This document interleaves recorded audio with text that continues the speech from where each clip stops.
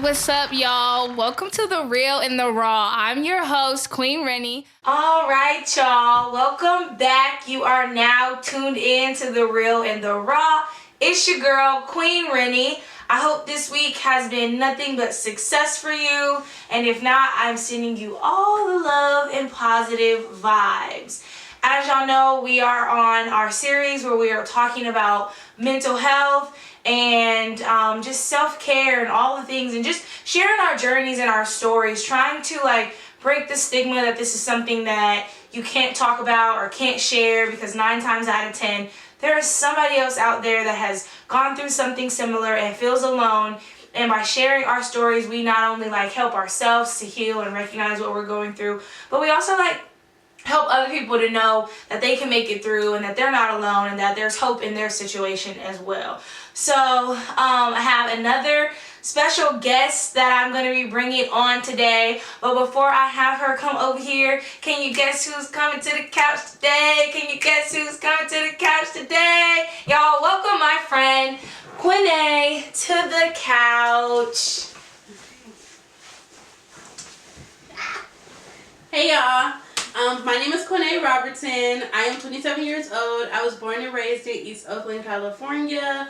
I like to describe myself as just pretty outgoing, always having a good time, and just always meeting new people and new experiences. Thank you for having me on your show, Sharon. Thank you for coming, y'all. Like she said, open to new experiences. Quinay is about to be moving out of state for the second time? Yes. This time further, and her and her husband just be we're just gonna go and we're gonna see what it brings. And I admire that, because I'm I can't go if my mama and my sister ain't going. Dom would love to move out of California, and I'm just but my family's here. I'm too attached. So I'm scared, but we gonna see where it yeah, goes. no, but I mean the fact that you're fighting through the fear and doing it anyway, because you just never know. It's gonna be fun and new experiences. I feel like everybody deserves it, especially people from Oakland deserve to get out and experience something new. So like she said, we're friends. We also are coworkers. We work together. And that I guess that takes me into how we met. But from your perspective, how did we meet and become friends that we are today, basically? Okay. To answer that question, I would say of course we met at EOYDC, and Sharon actually started off as my supervisor. She still is my supervisor now. But it just started off as just getting to know each other, and then from Sharon I always just got big sister energy. And it was just always being open, authentic. I feel I could talk to her about anything, and I feel that just made our friendship blossom into what it is now. And then she was with me through some lows and some highs, and she always was just giving positive energy, reminding me that I'm gonna get through it, everything gonna be okay, and also just providing me insight on how to navigate things, which is really big and important to me. So it's kind of Sharon's my mentor / friend. Period. Thank you. Oh, I appreciate that. I remember because you started working at the center before me, and I think your senior year? College, freshman year. Oh, okay, freshman year of college. And I remember walking in, it was Quinay and our other friend, Elijah, and it was my first day in the school year, because I didn't meet y'all in the summer. Yeah, I met them in the school year, and I just remember walking down the steps into this building, or into this room, and they were who is that? Who is she? And I was hi, I'm Sharon. And I remember thinking dang, they're not going to ask me, because they did not ask me. They asked my supervisor, who is that? And I'm who are y'all? Who's just trying to figure it out? Yeah. But I was just hey, and from there, literally, we just started talking. Like she said, they were what's called youth leaders at the time. Which is a youth role, high school to college age. And I had just graduated college and was basically the youth leader coach, so their direct supervisor. And even though I'm Quinay's supervisor now, it's in a completely different capacity. She has come back after post grad, and is in a higher position now, and killing her role, obviously. But it's just it's different. You're not a kid anymore. Like she said, I think you were in your freshman year of college. I had just graduated college, so we were both young. I think, like, how old were you? I was 18. Yeah, 18, and I was 22, 23. I don't even know. Like, very young. Mm-hmm. So it was definitely like a sister friendship that just like grew into like being at each other's weddings. Yes, and she was at my wedding. I was a bridesmaid. Actually, I was a maid of honor. Yeah. I still remember when we first found out Sharon was getting married. She was like, "Y'all not invited to my wedding." I made the cut, y'all. I was there. Cut. Yes, I had like the high schoolers asking me, are you gonna invite us to your wedding? And I'm like, no, like, y'all are kids. But like, they weren't kids by the time I actually got married, and we were like way more than just a work relationship. We were really good friends. So like, she definitely made the cut, and we had a good time at both weddings. Her wedding was very fun. And like I said, you started working at the center. I met you when you were like fresh out of high school. And I know we've talked about like your high school experience being like just a little bit different than most, I guess, or the same as most. So like, how was your high school experience? And like, I don't know, were you dealing with any mental health concerns at that time, or was it just being young and... Honestly, I will say yes, I was dealing with some things at those times, but it's just like I can't pinpoint what it was. Yeah. Like, I think it probably was just like the typical East Oakland kid experience, if I'm being honest. But just to give a little backstory, so I went to Oakland High. My first 2 years of high school, I actually ended up failing high school. I used to get super high a lot, and I just was having a good time. I thought it was fun during that time, but like, I shouldn't have been getting high and going to school. It just didn't make sense. But going into 2 years, just getting high, flunking my classes, showing up, just doing what I want to do, just being outside. It ended up making my mom send me to Sacramento. And because she was just like, you becoming a product of your environment, and that's just like not something that I'm trying to raise. So you need to go to Sacramento where you can really figure out what you want to do and just like what life is like outside of East Oakland. So I was in Sacramento. I was like livid that she sent me there. But upon going there, like, I made new friends. And I remember it was this experience where the teacher was like, all right, y'all, we're going to write a 10-page paper. And I was like... In high school? Dang. Yes. And I was like, 10 pages. Sheesh. I used to write 2 pages. Literally. And used to get like a cool C on there, but 10 pages is kind of crazy. And so then I felt super intimidated because everybody in the class was like writing the paper, and it was just like, yeah. And I was just like, I don't even know how to write 10 pages. What am I going to write 10 pages about? How does this work? And I ended up talking to him. He also was from Oakland. His name was Mr. Duanawi. He went to Skyline. So he was just like, I'm going to support you. I'm figuring out how to write this 10-page paper. And so I would literally come to his class after school every single day to figure out how to write it. I ended up writing it, and I got a B on the paper. Period. And I was just like, okay, that's what's up. It was something. And then once that school year ended, my mom was like, okay, you can come back home because I see you grown, you developed, all those good things. So I came back home my junior year. I started going back to Ojai. They called me into the counselor's office, and they basically was just like, you need to go to a continuation school because you're not going to graduate. Dang. And I was just like, I'm not. And it was just like, yeah, you in 11th grade, but you have credits as a 9th grader. Sheesh. And I was just like, that's tough. Yeah. That's real tough. And then my mom was upset. Everybody in my family was upset. And then it was just like, oh yeah, transfer to like Dewey or Rosedale. And there's nothing against those schools, but I was just like, I didn't want to do that. Like, I wanted to get the high school experience. I wanted to go be with my friends that started out from freshman year all the way to senior year. So, what was it? I like cried to my mom. I was just like, I don't want to do that. And we came up with a plan. So my mom was just like, you got to take concurrent enrollment classes. You got to join a sport. You got to take an A period and a B period. So I was at school from 6 o'clock in the morning all the way up until like 5 o'clock in the afternoon. Ooh. Just like taking classes, then got out of school and went to Laney College to take additional classes. Oh my. So it was a lot. I didn't know all that. Yes, it was a lot to do, but I really wanted to do it, and I was determined to do it. So fast forward my senior year, I was eligible to like participate in all of the senior activities. I maintained a 3.0 my senior year, but remember, y'all, I failed my first 2 years of high school, so my GPA wasn't the best, but it was getting there. So I did everything, went to prom, just participated in all the experiences or whatnot. and I graduated, and I was like super proud of myself. And I think during that time, I had came up with this quote. I don't even know if it's like my quote, but I don't know if it's somebody else's quote, but I came up with it. Not my research. No, it's not. But and the quote is, "Do what you think is impossible, because nothing is impossible." That's and true. like during that time, when I tell you, it was a lot of people saying, "No, you're not gonna be able to do it. You can't do it." It was a lot of can'ts, and it was like I was determined to do it, and the fact that I was able to do it, like I was super proud of myself for being able to do that.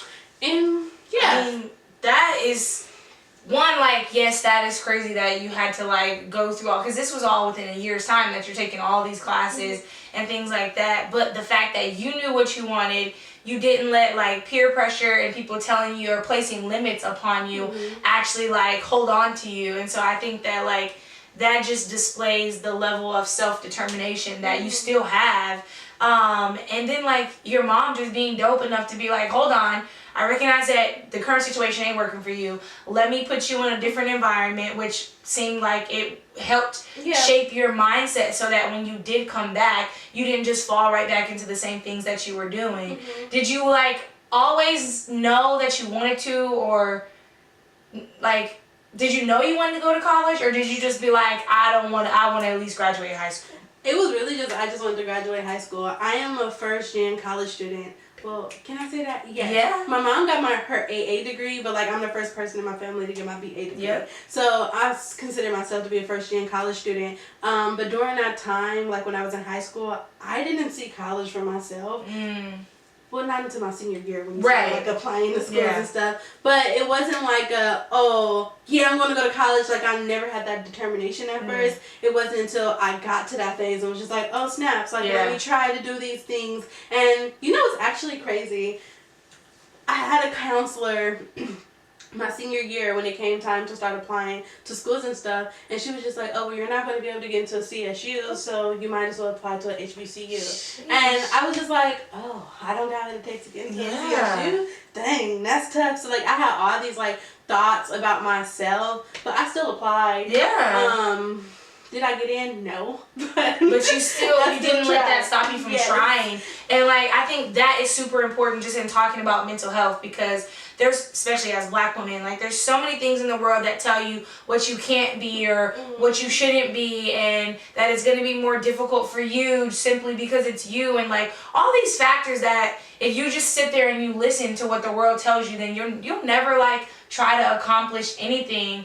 And I think it's important that you had a foundation of like a family, your mom and your sister and your dad, who were like, no, we're not going to let you fall victim to a world that will limit you and tell you who you are instead of you defining like who you are for yourself. Because you could have easily been like, okay, well, I failed my first 2 years. There's no hope. Let me just do the bare minimum or continue on the same path and fail again and again and again and not graduate high school, which would have then not even put you in position to go to college, whether it's, a community college or a 4-year right away. And so the fact that you're like, okay, let me at least cover my bases and get my high school diploma, that just opened up so many more doors and opportunities for you.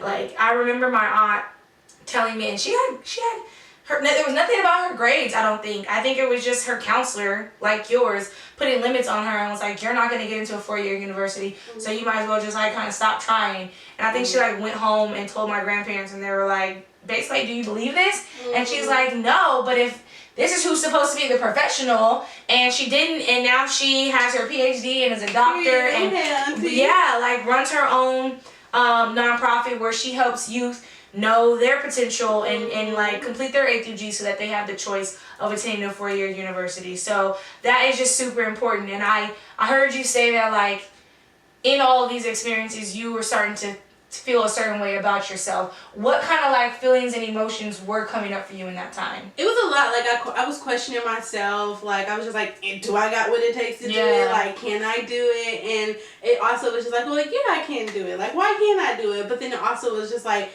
the people around me was telling me I couldn't do it. So that was like really difficult, because it's just like I have people on one side saying, oh, you're not going to be able to do this, so you should just settle for something simpler. But then on the other end, I have like my mom just like, you can do it. You got what it takes to do it. You got to put in time and effort. Right. It's going to be hard, but you easy, can do it. Yeah. And so it was really difficult, and it would like leave me mind boggled, because it's just like, can I do it? Can I not do it? Yeah. Like, is my mom just saying I can do it because she my mom? Like, she believes me? Like, do I really got what it takes? But in the end, I did, and like I went ahead and did it. And then so it was just like, who was it? High school, and then going to college. So I started off at a JC. So I went to Merritt College. I really wanted to go to Alabama State, but they told me I needed to pay like $50,000 to go there. Them out of state and it was just like insane. Who got that money? Where? Not me. So scholarship don't even cover that. I guess you wasn't even eligible. No. So I went ahead and went to community college. I did really good in community college. I went to Merritt, and I think from that experience, like flunking my first 2 years, doing better the last 2 years, then going to community college, like I just went straight, like head in the game. I'm going to get through this. So my entire community college years, I maintained like a 3.0, 3.2 the entire time. And it was just really just making sure, like, I could network with my professors. I connected with them. I also got involved in like just different academics. Clubs and all those things. And into like one club that I had got into, it was called like the Sankofa program. And like I got really tight with like the academic counselors there. And those counselors was different than the counselors in high school. Like, they were telling me, you can do it, you got what it takes, all those things. And so I think that was really important, because I think that was my motivation to keep on going and to keep on doing it and to keep on trying. And I think, too, like, having the mindset switch, so those last 2 years, like, that was what you were running off of when you started college, was like, okay, I know what I'm capable of. I also know, like, where I don't want to be and where I've been before, so I figured out a way to not go back there and let me, like, just keep running full speed in that direction. And I think it's super important, too, for anybody who's watching this, is that one, it is very important to know yourself and know what you're capable of, and like we said, not let anybody like deter you or talk you out of that situation.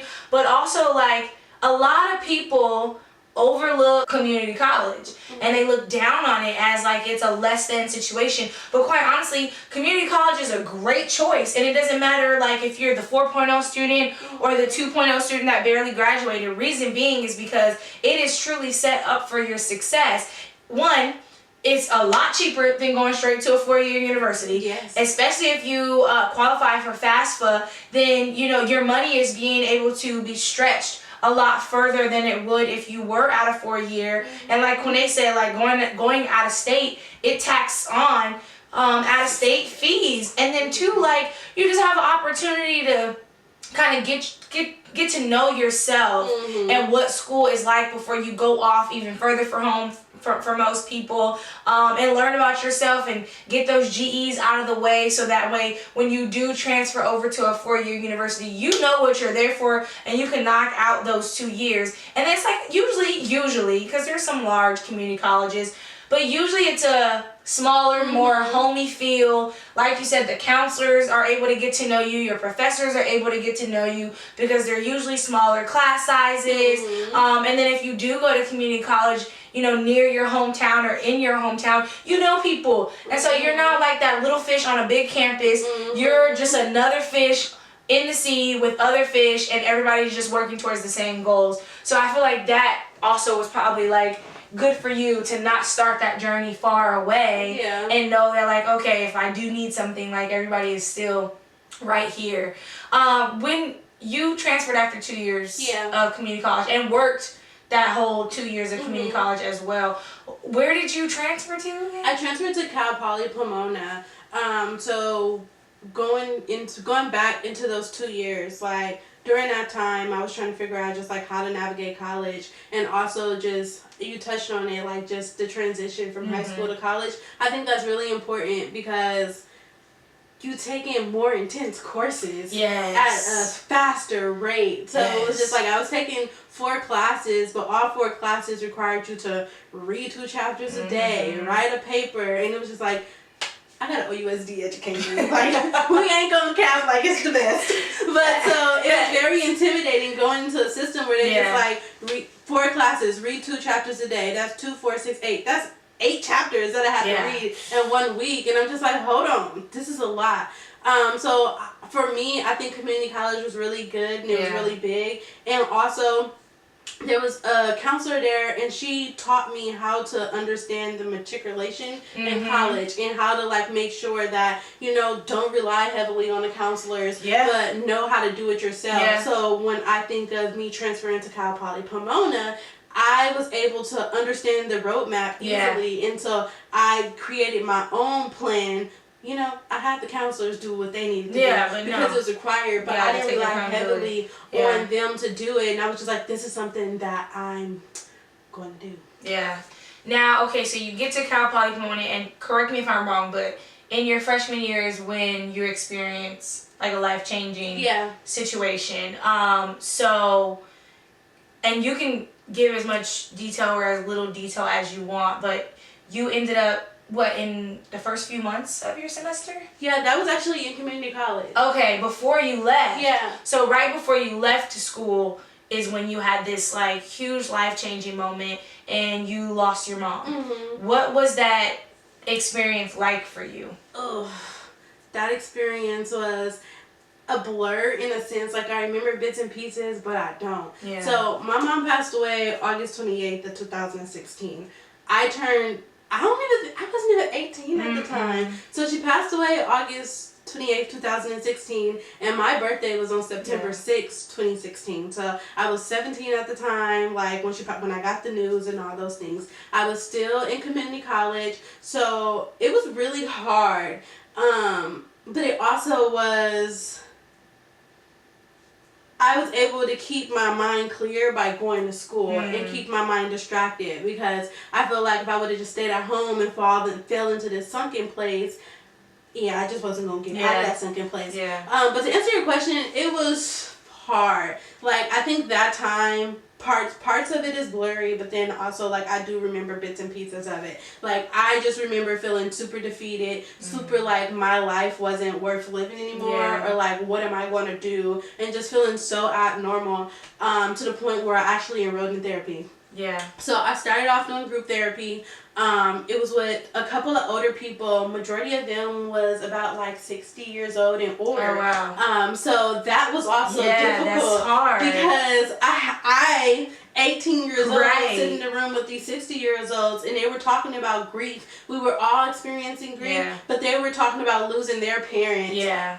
And 18-year-old me was just like, you was able to experience your parent for like 30 years. Yeah. Like, mama never wants me to get married. She ain't gonna never see me have a baby. Like, so I was having all these questions. And so it was just like, part of group therapy was good because I felt like, okay, the thoughts that I'm feeling, I'm not alone. Right. But then at the same time, it also added more negative feelings and negative thoughts because I was sitting in a room with a bunch of older people, and I just felt like I was abnormal because there was nobody my age that can relate to the experience that I was going through. Yeah. And it just was a really uncomfortable and discomfort feeling. So on top of group therapy, I ended up enrolling in individual therapy. Good.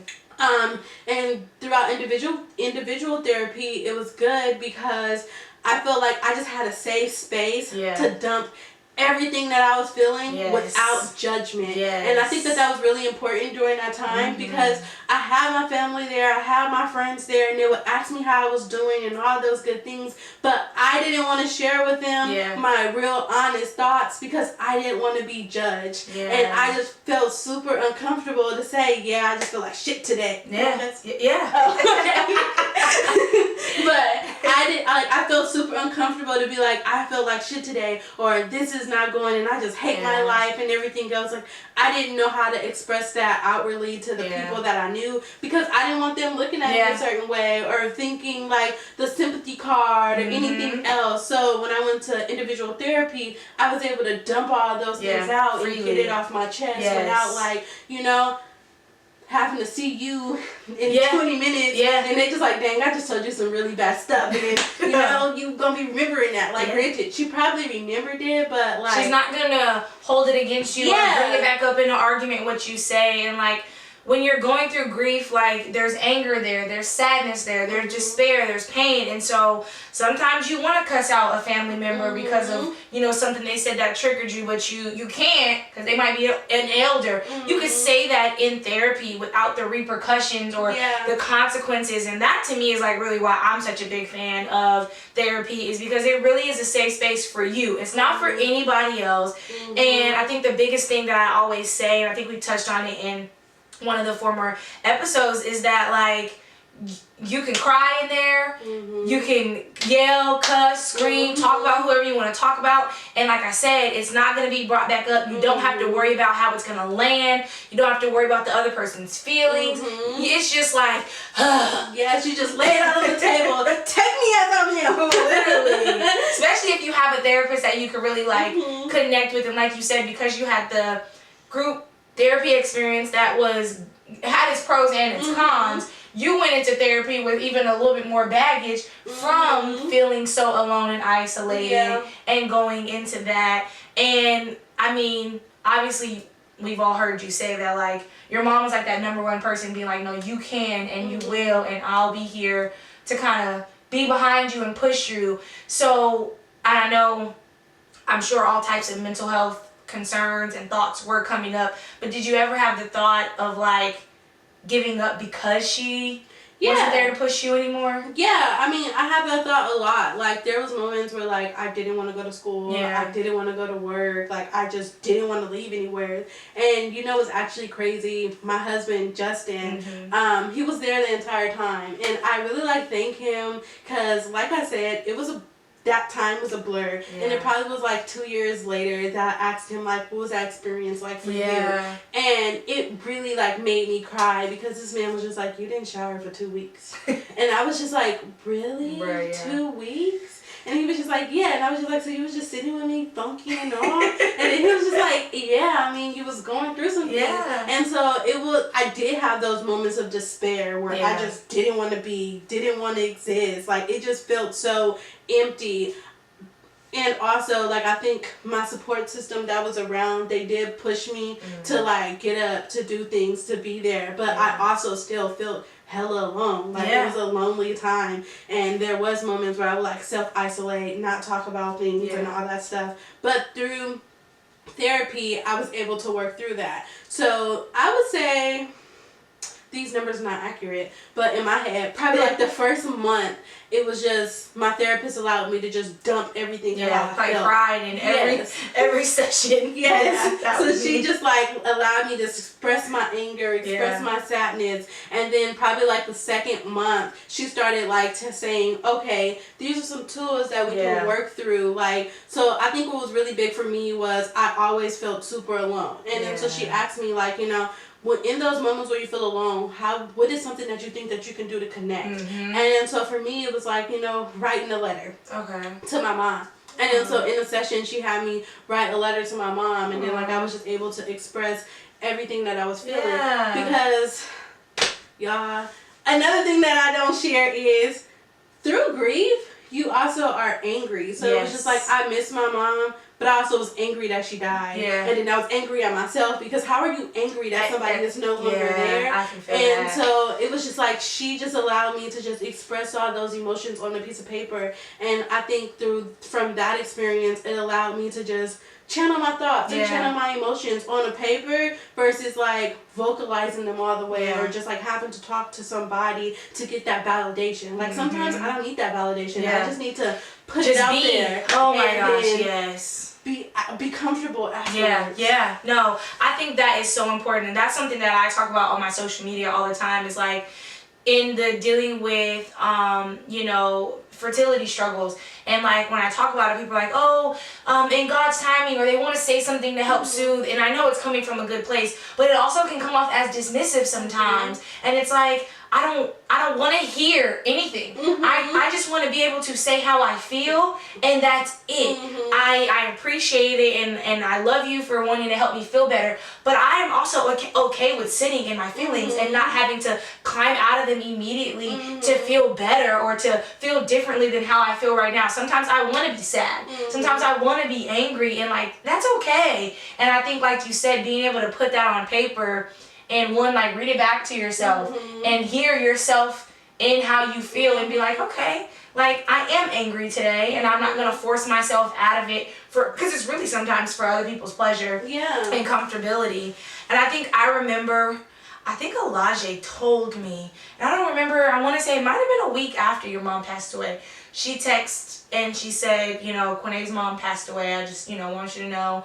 And I don't think I reached out right away because I'm like, one, I don't know what to say, but I wanted to give space for you to be with your family. And I think I just text you and said something like, I'm sorry to hear about your mom. I'm here, if you were to need anything. But I remember when you came back to work, and I want to say, was it even a month? Like, you came back kind of quickly. It was like 3 weeks. Yeah, you came back kind of quickly. And I remember when I first saw you being like, because at that point I hadn't really experienced grief personally.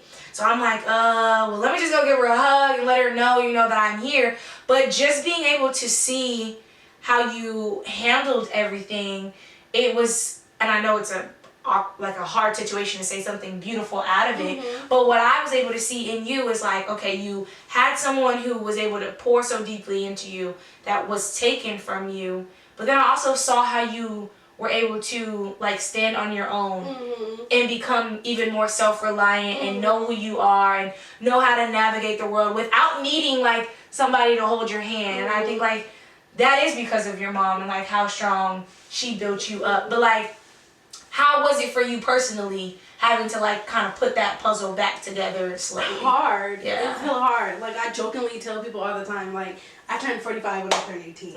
And so it's like, it's a joke, but it also was just like very unfortunate. It freaking sucked, if I'm being honest, because it was just like, I'm grateful for everything that she left behind, but it also was just like, I was 18 years old trying to figure out how to navigate a mortgage. I didn't even know what a mortgage was. Like, and now your phone bill. And the utility bills. And so it was just like, those things was so hard. And in that moment, I was angry because I'm just like, why I gotta do this? Like, I gotta pay bills on time. And if I don't pay it on time, it's gonna get cut off. Like, I just had so many questions, but luckily, like, my mom's friends were there. And so, like, they would, like, talk to me and my sister, tell us how to do certain things. Like, I remember when that first mortgage bill came, I was like, they want how much? I ain't got that money. How am I supposed to pay this? Like, that's how I was feeling because I never had to pay rent before. Like, all I was responsible for was my hygiene.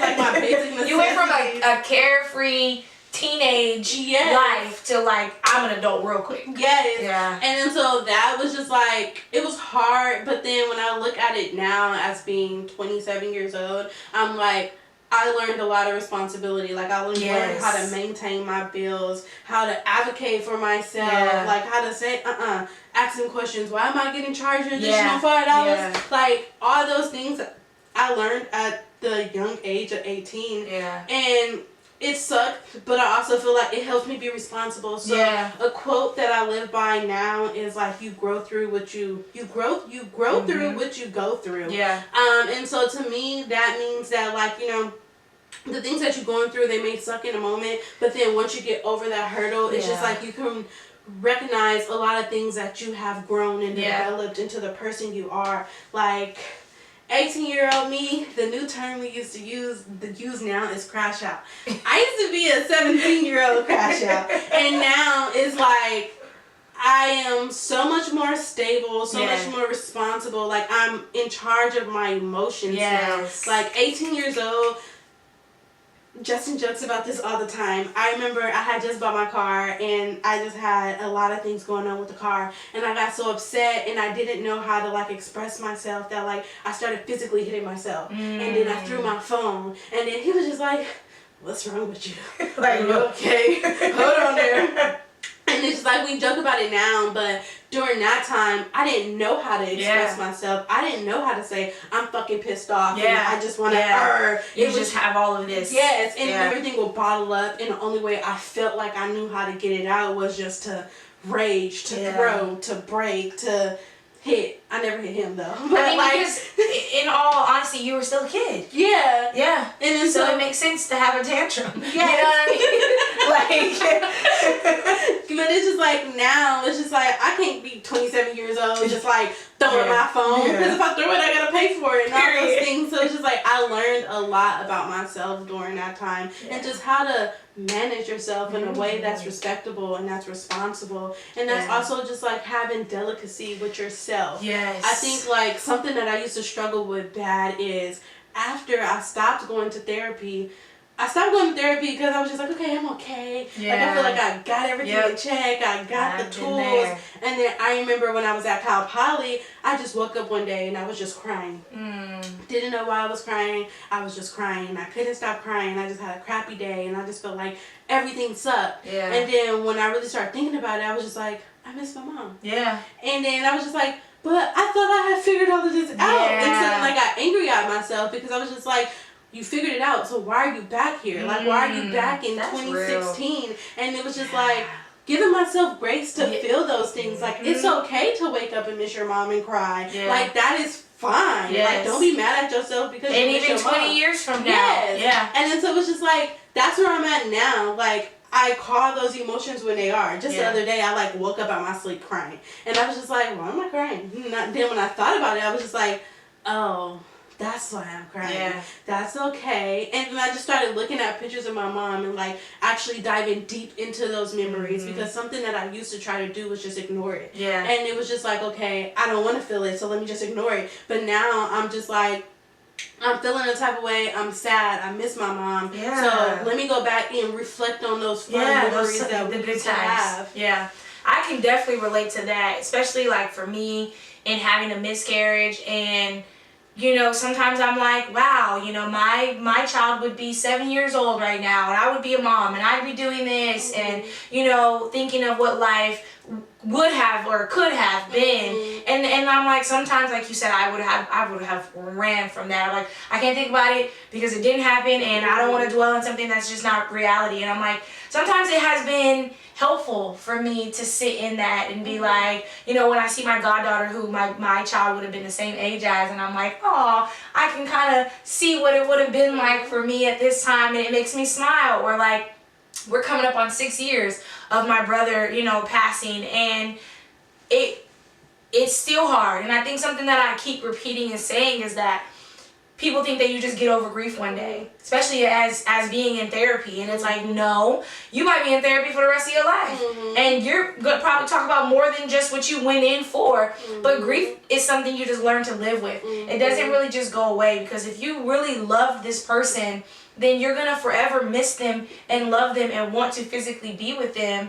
And, you know, you go on with life and there's milestones, there's, you know, children, there's weddings, there's graduations, there's just all these things that you want to pick up the phone or have them in pictures for that you can't. And that is, like, in the moment you may not realize, but when you look back at the event, you're like, dang, so-and-so didn't get to be there. And it'll spark whatever emotion. And I think it's important that you said that it's okay to call out those emotions, to name them. It's okay to sit in them for however long you need. Like, just don't stay there forever. Yeah. But when we run from our own emotions, we end up doing ourselves a huge disservice, because one day you're going to snap and nobody around you is going to know why. And you might end up losing that job, that friendship, that relationship, or, you know, harming someone or yourself. And you don't even know why, because you haven't been in tune with yourself. And when you can be in tune with yourself, you can advocate for yourself and say what you need. Like, hey, I'm not having the best day today. So if I seem like I have an attitude, if I'm snappy, if I'm short, if, you know, I'm not as talkative, like, please don't take it personal. It is not you. It is me. You know, and then knowing like, okay, I need to stay home today. Yeah. Because my energy is not good to be around anybody else, and that's okay. But I think if we don't know that and we don't have those tools to say that, which therapy can help you gain, but if you don't have that, like, you're going to be cussing people out, you're going to be losing friendships, you're going to be just acting a fool and not be able to say why. And I think we see that in little kids. Yeah. You know, little kids don't have the tools or the words to say or even know what the feelings are to connect with the words. And then you be like, why is so-and-so so off the hook today? And then you sit down and you say, have you eaten today? Did you sleep well last night? Is anything going on? I got in trouble at school, or I'm hungry. And you're like, okay, now it makes sense. We are just kids in an adult body at the end of the day. Yeah, and when you were saying that, it made me think of my wedding day. So on my wedding day, I know my wedding planner did not intend for it to happen like this. Yeah. But so on my wedding day, I was, my bridesmaids had walked out, everybody was out, and I was standing waiting to walk down the aisle by myself. My dad was walking me down the aisle, but he wasn't there yet. And so it was just this big pool of emotions that just popped up. And I started hyperventilating, I started crying, and I remember the bartender had seen me, and he was just like, are you okay? If you don't want to get married, we can do that right now. And I was just like, no, it's not that, it's not that. And then I in that moment, I couldn't say it, I just couldn't stop crying. And then my dad walked up, and then I just started crying more. And then he gave me a hug, and he was just like, I know, it's okay, it's okay. And the feelings that I was feeling was just damn, my mom's not here. She's not here to see me marry the love of my life. And I didn't know how to vocalize that in that moment. And it took me 5 minutes to actually get those words out. And my dad just hugged me, and my makeup was messed up when I walked down the aisle. But it was just I got through it. And we actually talked, in my head, I was just she's probably smiling right now. My baby looks so beautiful. And I was just that's just going to get me down the aisle. And so I went down the aisle, and I just was wow, this is amazing. So when you was just sharing that, it just made me think of my wedding day and how those emotions just pop up out of nowhere. And I always say grief is it's like an ocean. Some days you have your highs, some days you have your lows, and you just gotta roll with them no matter what they are. You just gotta ride the wave like a surfboard, because you never know how you're gonna wake up and what you're gonna feel that day. And if you just closed off and then you're gonna have more hard days than good. And there's gonna be a balance. There's gonna be good and bad. I remember I have a photo that I actually just posted on my social media from my wedding. It was my wedding was the same year my brother passed away, and he was supposed to do the first dance or whatever. I was gonna do it with my brother and not my dad. And so I chose my cousin, who we call each other twin. We're the same age. We were just that's my twin. And so I knew immediately, okay, it's gonna be him. And I was fine.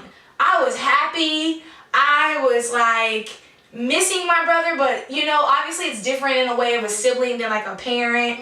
But I was having a good old time. The dance came, I looked at my twin, the song played, and I just fell onto him crying. And he held me up the entire time. I cried dang near the whole song until the end. He whispered to me, I was like, okay, you gotta, we got it. And I was like, my bad, I can't cry the whole time. And I had to get it together. But I just and I think probably for the first time in a long time since losing my brother, it was a release, because I felt so safe. You know what I mean? And I knew even though it was hella people watching me, I was it didn't matter. And those emotions came out of nowhere. But I was glad that I didn't I'm at my wedding night. I can't cry. People are watching me. I don't want to mess up my makeup. Literally you could see her makeup wasn't really messed up. But if you knew her and you were close enough to see, you could see the tear lines down her makeup. And we were all on the side of her what happened? Why she got tear lines? And I think we all at the same time were it makes sense. All we can do is just be here and support you and make sure you are still having a good time, so that when you look back on this day, you're not only thinking about that moment standing there by yourself, you know? And it was a beautiful day. Thank you. Yeah. I planned it myself. She did. No, we both planned our own wedding. I remember us sitting down and going, okay, how did you do X, Y, Z? And I was like, okay, this is how the ceremony, whatever. And it was just a beautiful day. So I know you said that you were in therapy. Where are you now with your mental health journey and just dealing with all the emotions of grief in life? Are you still in therapy, or? So I'm not in therapy right now. I want to go back to therapy. I just haven't found a good therapist that's within a reasonable price range that's also just like relates to me. But eventually I will go back. I definitely want to go back. But right now I think I'm just taking it one day at a time, if I'm being honest. Like some days I have my highs, some days I have my lows. But I'm also utilizing the tools that I did receive when I was in therapy when I do get those lows. So for example, I work out a lot. Yes. And at first I thought I was just working out because I was just trying to get in shape and I just wanted this type of body. But then as I continued to work out, I was just like, okay, mentally this makes me feel a lot better. Same. And then so there's moments where like I be having all these negative thoughts in my head, not even just about grief, but just internal thoughts about like you're not good enough and everything else. And when I start feeling that way, I'll be like, let me put these leggings on. Yeah, and let me go weights around. So I can stop thinking that. Yeah. And it really does help. So I just like to say that I'm just taking it one day at a time. Yeah. When I'm high. But then when I have those lows, sitting in those lows. And also seeing like what's wrong with me. Like I remember this week, I was super angry, and I didn't know why I was angry. Like, I just had a short fuse. I was just very impatient, and I was just like, ugh. But then when I did an internal check-in, I was just like, I'm just angry. I'm upset right now. Yeah. And let me talk to the person that I'm upset with, for that way I can no longer be upset. Yeah. And it took me 3 days to realize I was upset, but I checked in with myself and then expressed those things. And so, like, right now, like, I'm not upset anymore. Yeah. I'm good. I think that's major key that you said you did an internal check-in. Like, I did not have that skill until I experienced grief and went through therapy. And now I won't even have a conversation about my feelings if it's pertaining to anyone else or a situation until I have done that. And I have... In doing that, I have found that those conversations are much more productive. They're much more respectful. I'm not getting out of character. I'm not pushing, someone else out of character. And I'm able to truly express how I feel and not just like, you know what I mean? Like, okay, if I'm angry or I'm upset at a situation that, or another person because of how their behavior or words impacted me, I don't want to go into it and just come out of ego and make them feel bad because they made me feel bad. I want to just be able to pinpoint exactly what triggered me so that we can work together to come to a common understanding, and so that maybe we navigate this situation a little bit differently next time, so that you know what a trigger is for me. And if you care about me and love me, you won't, use it. You do it in that same way, or be mindful of it a little bit more.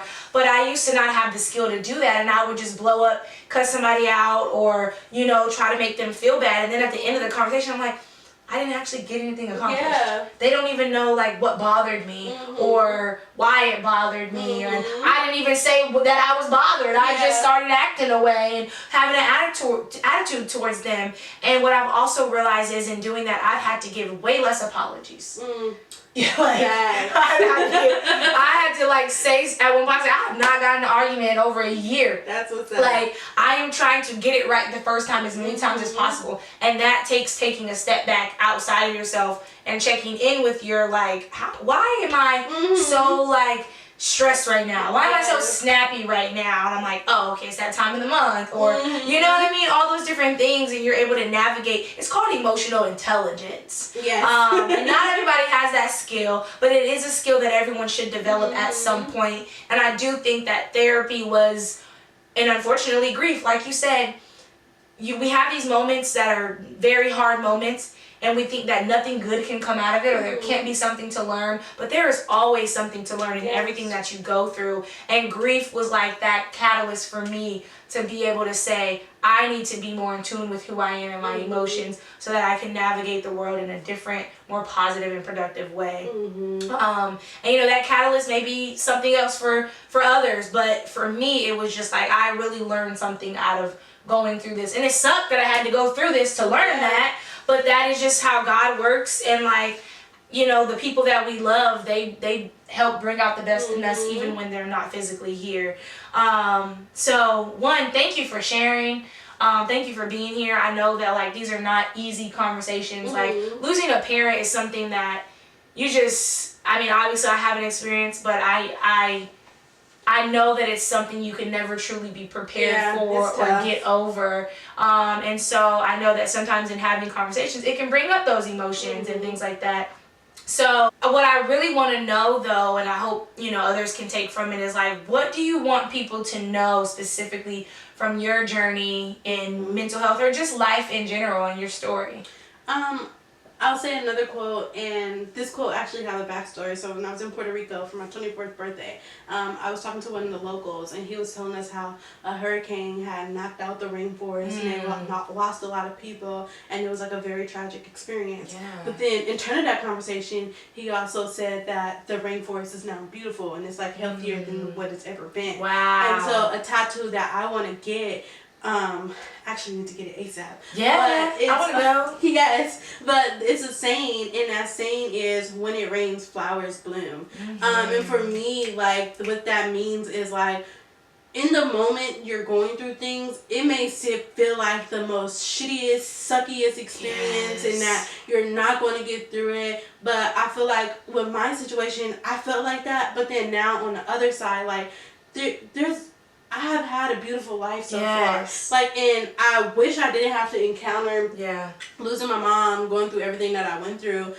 But my reality is, I did encounter that. Yeah. In that moment, I felt like life was just going to be terrible for the rest of my life. Yeah. And so it's just like, now I'm 27 years old. I'm sitting here. I'm married. I'm in a healthy relationship. I graduated with my bachelor's degree. I'm about to move across the state with my husband. Yeah. So it's kind of like there's beautiful things that has came from that. I won't even say from that situation, but throughout that situation. Yes. And like I was able to like experience like a lot of fruits of, I don't know the right terminology, but experience a lot of things from it. Like when I passed away, it was really sucky. I hated that experience. She also like had life insurance. I was able to pay for school for where I wasn't in debt because I got scholarships. I paid for school throughout the funds that I got and all those things. And so I look at those things and I'm just like, I miss my mom, and I'm also thankful that like the things that she left me, like I now can make something. The fruits of her labor. Yeah, because she left you that, but then also she left you a beautiful village that she knew she could trust to be there for you, and they were. And like, if she wasn't the woman that she was and didn't move the way that she moved and loved so hard like she did, you wouldn't have been able to flourish in this beautiful way that you have. Yes. Yeah. So I would say like that's like what I want people just to take away. It's just like the situation may suck in a moment, but try to, if you can, look forward to what's on the other side, because it's not going to always just be a shit show. Like there's going to be some piece of beauty or some light that's going to shine. I'm actually studying Maya Angelou right now, and so something that I try to say, well, one of the quotes that she has is, be the rainbow in somebody else's cloud. So that's something that I try to live by. So it's just like, I'm super bubbly and I'm super hey and all those things. And I think one, that's just my natural personality. But two, it's also just like, I lean into that a lot more because you don't know what anybody is going through or the things that they're experiencing. Yeah. So you never want to add on or pack on to that trouble that they're doing. So just have grace with yourself, have grace with other people, and you got this. Period. That is so true. If we never had rain or storm, we would never have flowers and we would never have rainbows. So the world would be very ugly if there was never a dark moment. And that is like just a way to shift your mindset and your perspective. If everything was always sunshine and perfect, then the soil would shrivel up and the flowers wouldn't be able to bloom. And then we would have no oxygen. Exactly, and we wouldn't be able to be here. But because the world works the way that it does, there was always a good after the bad and the bad after a good, and life just, it continues to go on. It's all about how you position yourself and your heart posture and the way that you shift your mindset to always be grateful, because there is always something to be grateful for. Even in the middle of your storm, I remember when I lost my brother, I just kept saying like, God is still good, and life I can still smile. I still had a reason to laugh. And I know some people look at that like, how can you be going through your hardest moment and like still smile, still laugh, and still just do whatever? And it's just like, because I'm here.